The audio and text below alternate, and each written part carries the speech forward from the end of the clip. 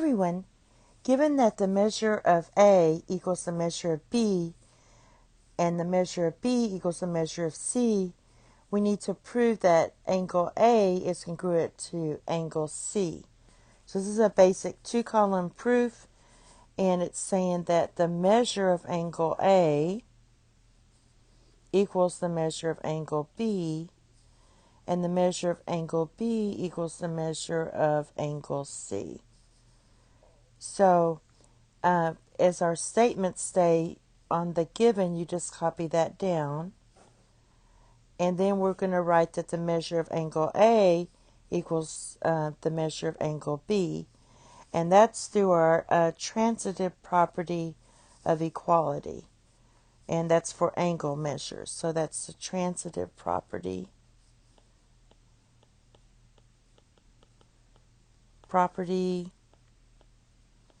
of equality.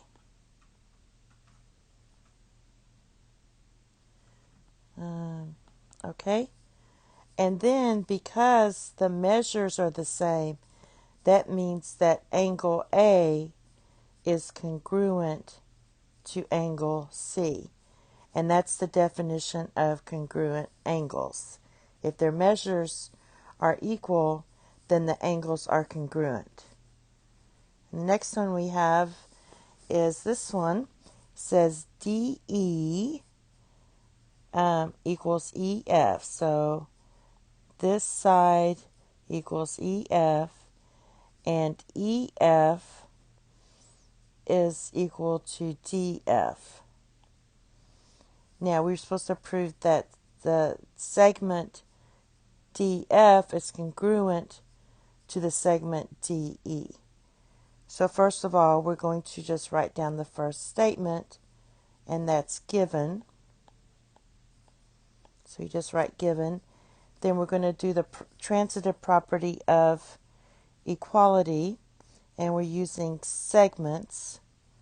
So we're going to use if-then statement. So I'm going to write it here because it's not very much room. So we're going to say if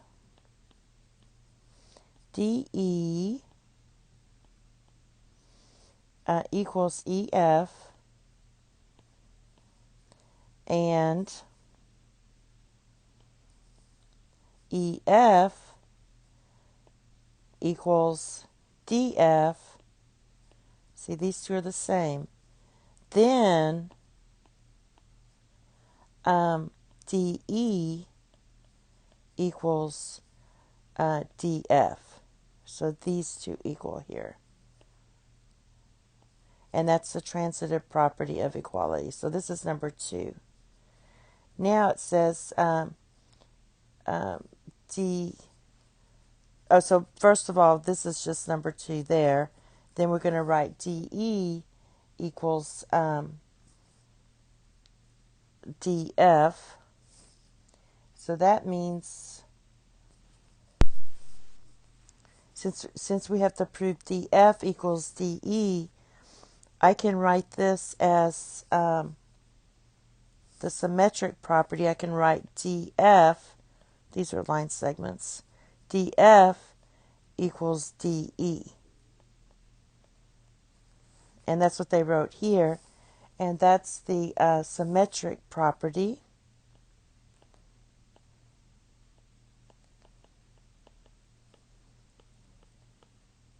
of equality for segments. So that's your symmetric property of segments. Therefore, if DF equals DE, then for definition of congruent segments, we have DF is congruent to DE, line segment. All right. The next one is number 3 here. So basically, the given is that angle 1 and angle 2 are linear pairs, are a linear pair. Okay? Then they gave you the given here. The angles in a linear pair are supplementary angles. So that means that angle 1 and angle 2 are supplementary.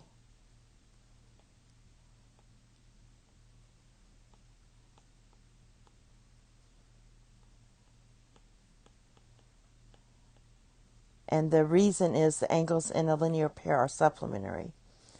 Therefore, the measure of angle 1 plus the measure at angle 2 equals 180 degrees.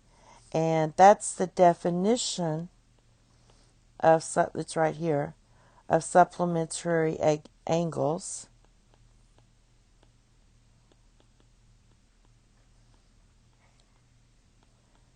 All right. And then what we want to do is make it look like this. So we're going to say the last one statement should be the proof here, the proof part. So the measure of angle 1 equals 180 degrees minus the measure of angle 2.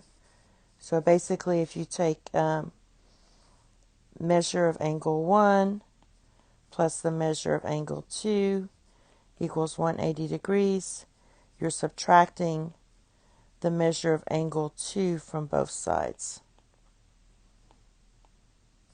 And there's where you get the answer there. And that's called your subtraction property of equality. And the last one, we're going to use the angle addition postulate. So that one states that what we're going to have to do is fill everything out on our own. So we're just going to copy this down. This is 2 times the measure of angle ABC equals the measure of ABD. So ABC is right here. If we take 2 of those, it measures this whole thing, ABD. All right, so that's your first thing, and that's given. All right, and for number 2, we're going to write the measure of angle ABC plus the measure of CBD equals the measure of angle ABD. And that's from our angle addition postulate. So if the angle postulate states that if D is in the interior, this one, of ABC, then you can add them up. So these two will add up to the whole ABC. So that would be 100 degrees. So that's called the angle addition postulate.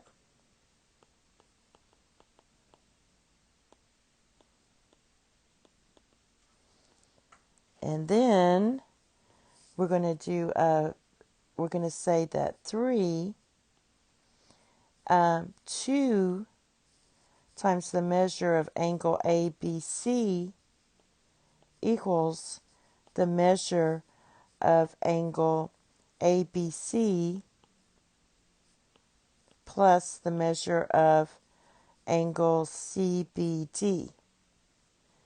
And that's from the transitive property of equality.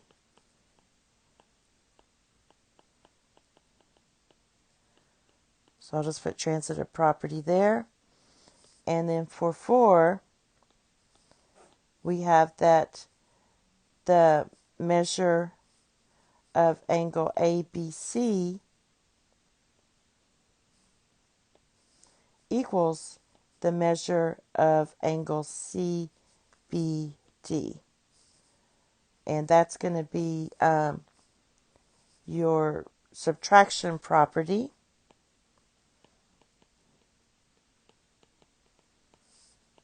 of equality.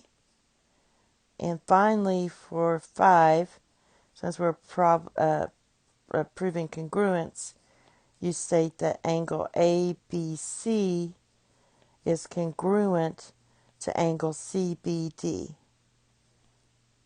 And that's your property of congruence, or congruence property